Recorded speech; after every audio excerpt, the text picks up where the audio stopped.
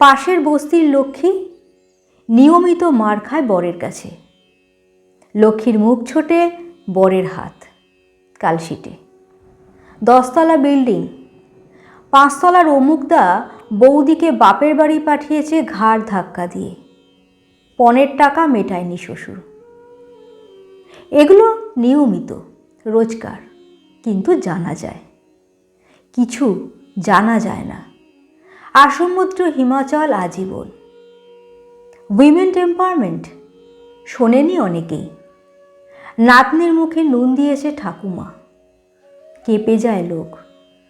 যুক্তামুখী বরের কাছে মার খান। সেলিনা জেটলি নির্যাতনের অভিযোগ তোলেন। কারিশ্মা কাপুর পুত্রকন্যা নিয়ে আলাদা হয়ে যান। হানিমুনে বর চেয়েছিলেন বউকে বাজি রাখতে। মানিয়ে নেওয়া আদতে অন্ধকার বিশেষ।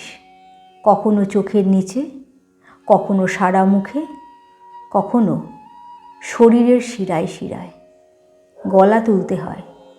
লোকে বলে মুখোরা, সোচ্চার, গা করতে নেই। লোকে খাওয়ায় না।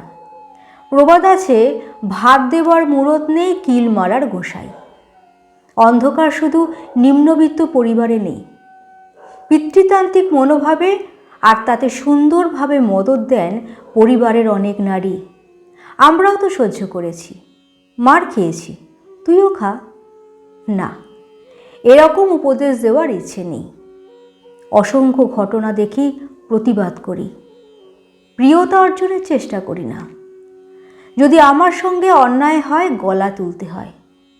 চুপচাপ মানিয়ে নেওয়া অন্যায়, ঘোর অন্যায়। জীবন শুরু হওয়ার আগে শেষ যেন না হয়। কলমে উপাসনা সরকার, কণ্ঠে শ্রীপর্ণা।